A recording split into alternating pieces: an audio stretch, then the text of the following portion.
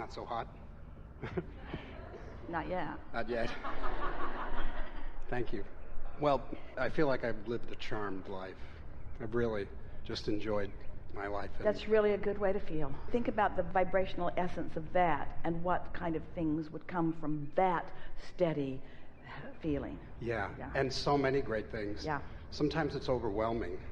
Well, it can be in the sense that in comparison with what a lot of people are living, it can seem like a lot, but nothing can come to you that you're not ready for. So when you get in that sweet spot and in that flow, it can't be overwhelming because the capacity to, we don't want to use the word cope because that sounds like effort, but the capacity to experience fully comes right along with it. In other words, it's part of what you're translating. So overwhelmment is a word that you've picked up under other circumstances, not under the circumstances of being in the flow. Right.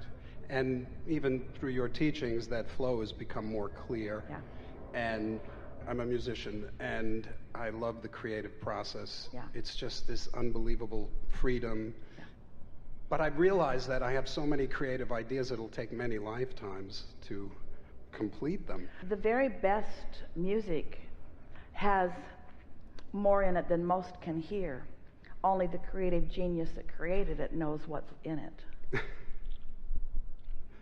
In other words, start creating some things where you can put more in, even than others can understand. You see what we're getting at? Absolutely. I actually, that's one of my favorite things to do. And I've realized through your teachings that you have to please yourself deeply, and then whatever audience comes is the right audience for you, as opposed to trying to. Always. Yeah. And can you feel the disadvantage of saying it would take too many lifetimes? Can you feel the time and experience shortage consciousness that you are expressing Yes. there? I don't have enough time. Here's something you're really going to like. Oh, this is so good for you. So feel the difference between being in the receptive mode and following that stream of help out to the fruition, and not being in the receptive mode, being in the overwhelmed mode or whatever, and that stream sort of playing out into a manifestation. When you are truly in the receptive mode, you never for a moment feel overwhelmed.